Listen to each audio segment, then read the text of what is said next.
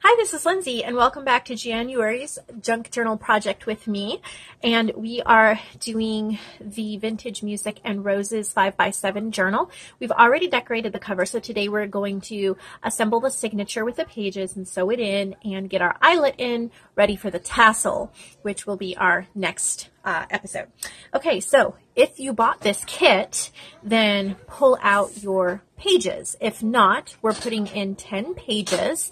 And you can put, any assortment that you want. I'll just show you what comes in your kit. Excuse me. So if you got the kit, you should have 3 that are scrapbook paper on one side. There should be 2 that are polka dots, probably.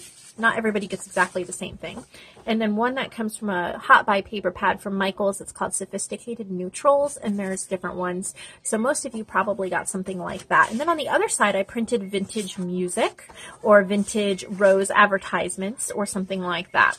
So you should have 3 of those, so you want to get those out. You should also have like a 4x6 card, like a heavy card, and there's different colors. Mine is textured white.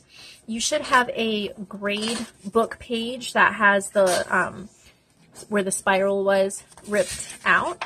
You should have one of those, and you should have a book page that's about 100 years old from a book on studying music. And you should have that as well. It may be fragile in the middle because of how old it is. If it is starting to rip or tear, you can reinforce it with washi, which is what I'm going to do. I'm going to grab some thin washi, and I'm just going to reinforce down the middle because mine is starting to crack a little bit. It is, almost 100 years old. I think it's from the 1920s. So I'm just going to reinforce. You'll barely see it. But it will definitely add to the durability of it. Here we go. Grab my scissors and trim that off. So I would suggest you do that if you have any concerns about that. And then go ahead and fold your page again and push down that washi really hard. And you may want to use a thicker washi if you don't have a thin washi that sticks well. This kind's pretty good. I'm not having a problem with it. All right. So, oh, and also your copy paper that we copy dyed in our last episode. So here's the papers that we copy dyed in part 1. They look nice and vintage. They thicken up a little bit when you add coffee as well. So we're just going to go ahead and fold those in half. And I said in part 1, I think I cut all of the pages for the kits to 5x7, which is the same size as the cover. So you may need to have trimmed those down just a little bit. So once you have 10 pages, and when you put the 10 pages together, you're going to actually wind up with 40 sides or 40 pages because you're counting 1, 2, 3, and 4. So here we go. Any order, it doesn't matter. But this is what I like to do. I like to take the front, open it up. What's going to look the best when we open it up? And there is no right answer to this, but I'm going to guess one of our patterned or music papers here. And I just really like this one. So I'm going to start with this, and then I'm going to add in the other pages just kind of randomly how I feel they should be added. No right or wrong way.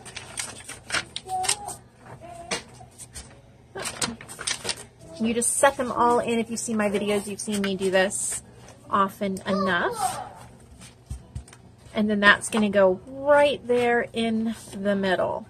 Okay, so now you can clip this down with paper clips so it doesn't move anywhere. I'm just going to hold it because it's not many pages. It's not that difficult. I have an awl, or you're going to need a sharp pointy object. You can use like a push pin or something, and you can do it into a book. I've done it enough to know what angle I need to hold this at, and I'm punching 3 holes. I'm just eyeballing it, 1 in the middle and 1 top and bottom, leaving enough room at the top to add an eyelet for the tassel. So you take some of your crocheted thread. I think the kits have green. Most of them have green. You may have white. I have white here. And just thread it, needle, stick it in the middle. You've seen me do this in other videos probably. Kind of hold that extra bit with your thumb and come up the top hole all the way through. I still have issues sometimes. I don't know why it's not going through the papers. I must be at an angle. See, this is when it would be helpful to have it paper clipped in because the pages are not going to move anywhere. See, my problem is they started slipping.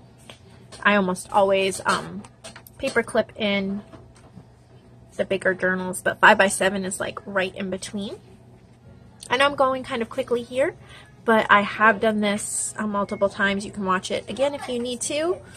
Here we go. And when you wind up at the bottom, you're going to take the little string here plus the long leftover string here and knot it at least twice, if not 3 times, pulling it as tight as you can without breaking the thread. This is not a waxed thread, it's just a number 10 crochet thread, so you don't want to add a ton of pressure to it. Snip it off. I leave the ends just like that. And now we have all of our pages in the journal, so let's flip through to see how that looks. See? All put in there, ready for journaling and embellishing in later episodes. Very nice. Oh, excuse me.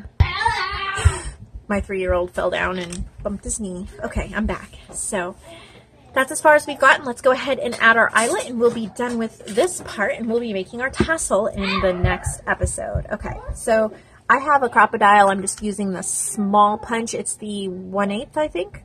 1/8 inch. I'm not sure, guys. Yep, 1/8 inch punch. And I'm just punching it in a little bit here on the spine above the papers.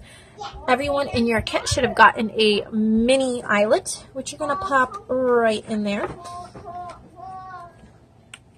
If I can get it. My fingers are kind of clumsy today. And punch it in there with the Crop-A-Dile. So now we have our eyelet. We're going to use a garment pin to attach a tassel in the next episode. So thank you for crafting along with me and building the base of our junk journal today.